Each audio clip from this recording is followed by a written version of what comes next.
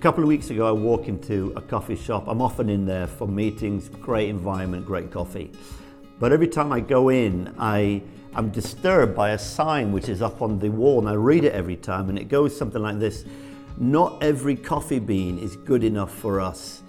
Only 1% of coffee beans makes it through our roastery in London, something like that.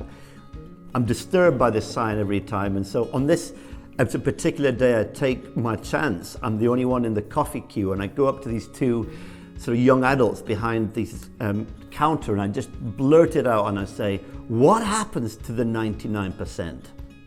And these two guys look at me as if I'm just, deranged.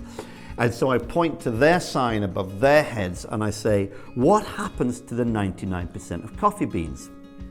And the guy behind the counter turns and looks at this sign, and I can tell he's reading it. And then he looks at his mate, and then he looks at me, and then he says these stunning words.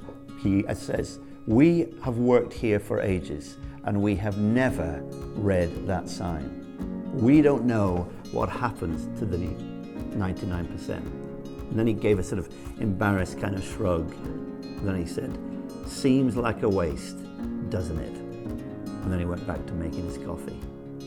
They hadn't even read their sign.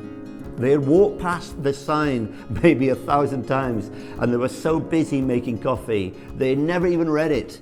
This flagrant loss, this amazing waste happening under their noses, in their company, in their time, and they had never even read their own sign.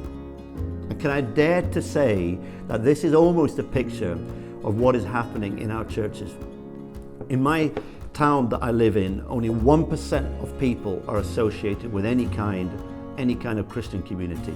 1%. It might be a little bit more where you live, it won't be a lot more. And there's a great big sign over the church in our town which says only 1% of people make it here. And we walk past this sign 1,000 times, but most of us have never even read the sign. This flagrant loss, this amazing waste happening in our time, in our towns, and most of us haven't even read the sign. What happens to the 99%?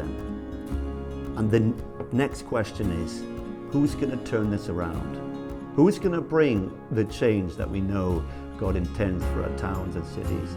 Who's going to do it? And the answer is, you are. Because I believe with all my heart that God wants to transform our towns and our cities. And I believe with all my heart that how He does this is not through a couple of big organizations or a couple of superstars. What He does is He chooses loads and loads of people, ordinary and yet extraordinary people, and He places a dream, a vision, a burden, a call on their hearts, and He says, do that. Go and do that. That's your part in changing this world. And in Cultivate, we want to enable that to happen. We want to grow pioneer leaders. We want to go courageous leaders.